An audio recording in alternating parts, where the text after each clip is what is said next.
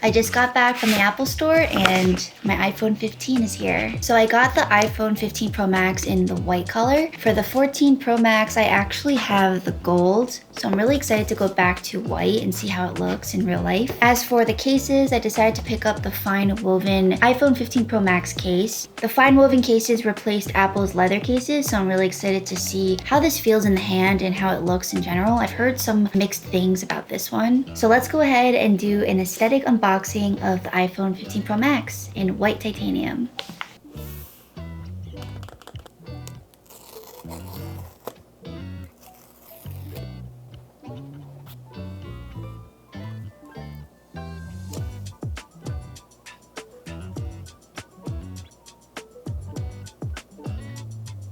This is always the most satisfying part.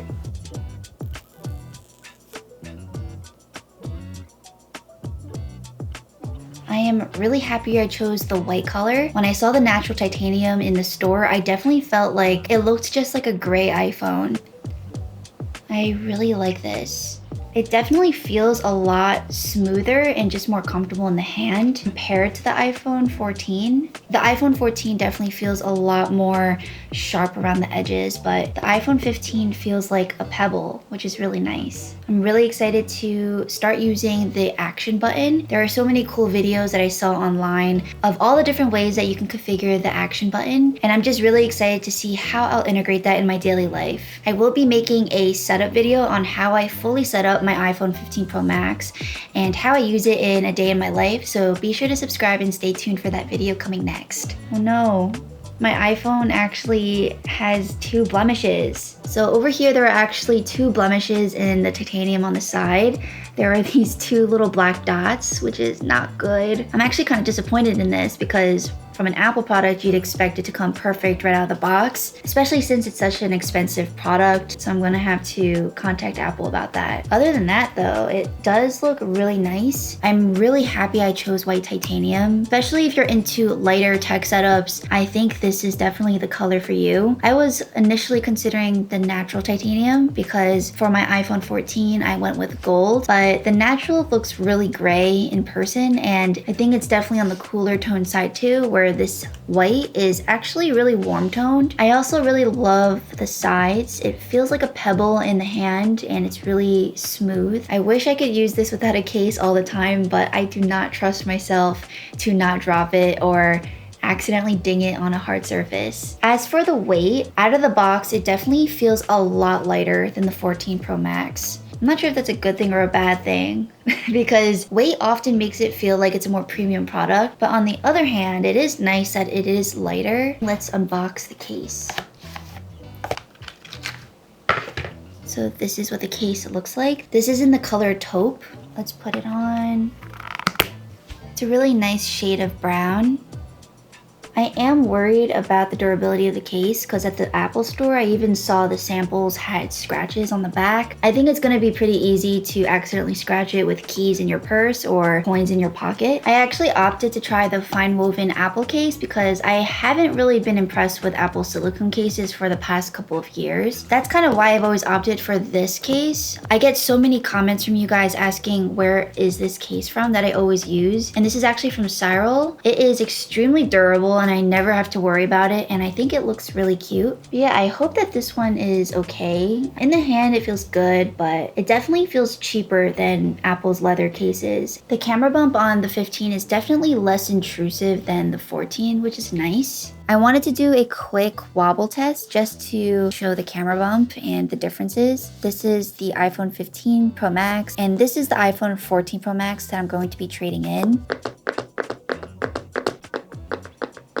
Definitely less on the iPhone 15, but not by much. It's very negligible. Yeah, when I look at it from this angle, the camera on the iPhone 14 definitely sticks out more. This is the first time Apple's included braided cables in their boxes, I think, so this is nice. I'm pretty excited to use USB-C accessories with my iPhone, particularly because I create content. One of the things I'm looking forward to the most is being able to attach an external hard drive to my phone so that I can immediately record on that hard drive. I often run out of storage because I'm always filming for content, so I'm really excited to use that. Another cool thing is that you can apparently charge other iPhones with your iPhone through USB-C, so that's cool. I don't know if I'll ever use that, but I guess that's a cool plus. I'm also really excited to test out the camera because I am always using the camera pretty much every single day. When I'm filming Reels, TikToks, Shorts, I am always filming that on my iPhone. I actually use my iPhone camera more than my mirrorless camera a lot of the time, especially on the day-to-day. It's very, very convenient. So that's another reason why it being light is nice. Okay, I'm going to proceed and set up my phone.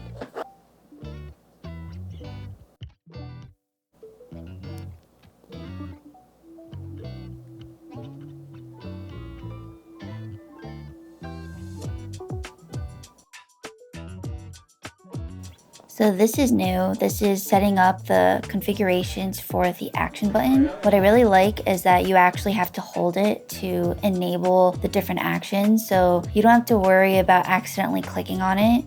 So if I want to turn on the flashlight, even if I click on it, it's not going to do anything. But if I hold it, then it's going to turn the action on.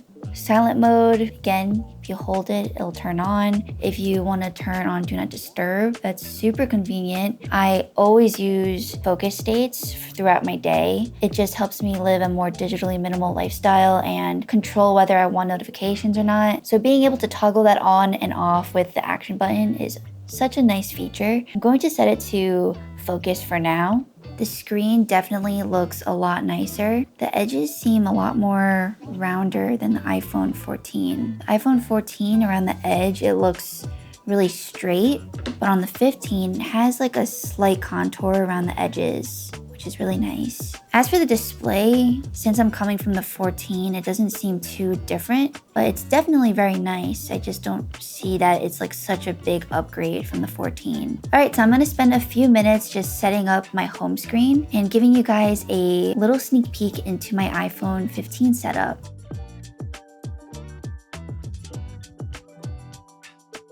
Already, while I'm setting up the phone, it's overheating. It feels really hot to the touch. I don't know if that's something specific to the iPhone 15 because I always used the 14 with the case. So maybe that's just something I didn't feel with the 14, but it is hotter. So I don't know, I hope that doesn't cause overheating problems. 15 is known to have overheating problems. That's not good. 15 is known to have overheating problems and I already feel it. And this is my home screen setup. I like to keep my apps really minimal and only keep the apps that I use every day. And I use a blank widget app for spacing on the top and on the side. It gives this really clean aesthetic that I really like. I also changed my app icons to my custom app icon pack. The wallpapers are also illustrated by 𝗦𝘁𝗆𝗆, who is an artist, and she's my sister. So yeah, that's my home screen setup.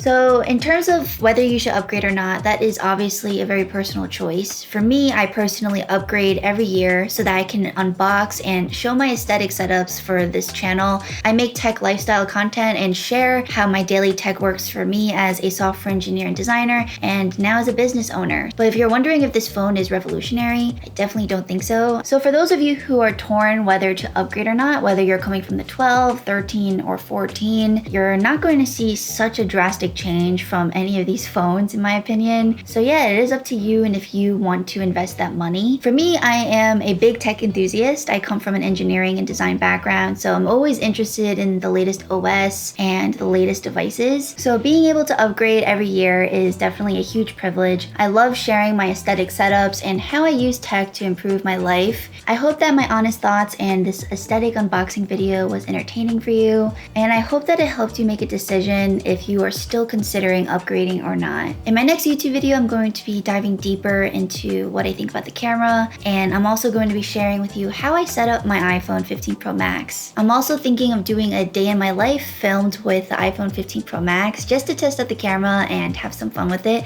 So let me know in the comments if that's something you'd be interested in. That being said, thank you so much for watching this video. I hope you enjoyed listening to some of my honest thoughts and first impressions of this iPhone. I can't wait to keep experimenting with it and trying it for the next few weeks. Thank you so much for watching, and I'll see you in the next one.